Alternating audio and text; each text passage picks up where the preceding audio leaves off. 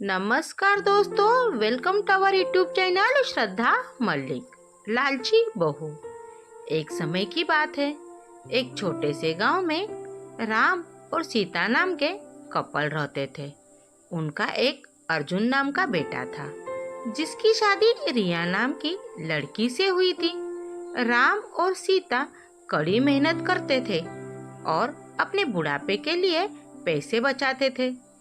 रिया बहुत लालची लड़की थी और हमेशा अपने लिए और चीजें चाहती थी।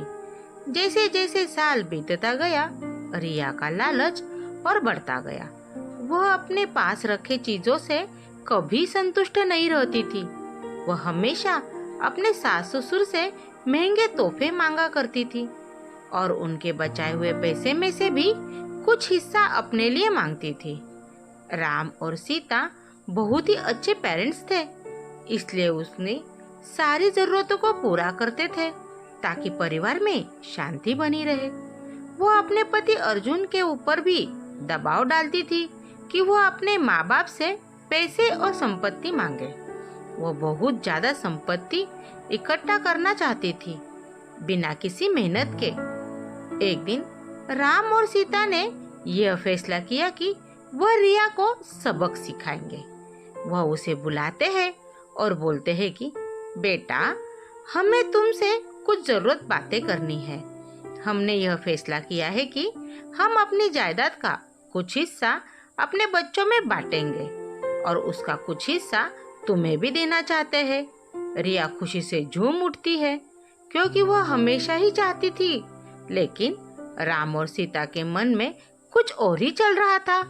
उन्होंने एक पत्थर से भरा हुआ बैग उसे दे दिया और बोला, बेटी, ये तुम्हारे हिस्से की संपत्ति है। रिया उस बैग को देखकर गुस्सा हो गई। उसने उस पत्थर से भरे हुए बैग को जमीन पर फेंका और जोर से चिल्लाते हुए बोली कि मेरा मजाक उड़ाने की तुम्हारी हिम्मत कैसे हुई? मुझे पैसे चाहिए, ये पत्थर नहीं। राम और सीता ने शांत तरीके से उसे समझाया और बोले, रिया, सच्ची संपत्ति सिर्फ पैसे और चीजें के बारे में नहीं है। यह प्यार, दया और जो कुछ भी तुम्हारे पास है उसके लिए आभारी होने के बारे में है। हमने हमेशा तुमसे प्यार किया है और तुम्हारी देखभाल की है और यह पैसे से भी अधिक कीमती है। रिया को एहसास हुआ कि वो लालच में कितनी अंधी हो गई थी। उसको अपने किए गए बर्ताव के लिए पछतावा होने लगता है। उसने अपने सास और ससुर से माफी मांगी और अपने तरीके बदलने का वादा किया। उस दिन के बाद से उसमें बदलाव आया और वह एक अच्छी बहू बन गई। रिया के बदलाव की बात पूरे गांव में फैल गई और सभी ने एक बेहतर इंसान बनने के लिए उसकी प्रशंसा की। रिया अपने परिवार का ख्याल रखते हुए और उनके बीच मिले प्यार के लिए आभारी होकर हमेशा खुश रहने लगी।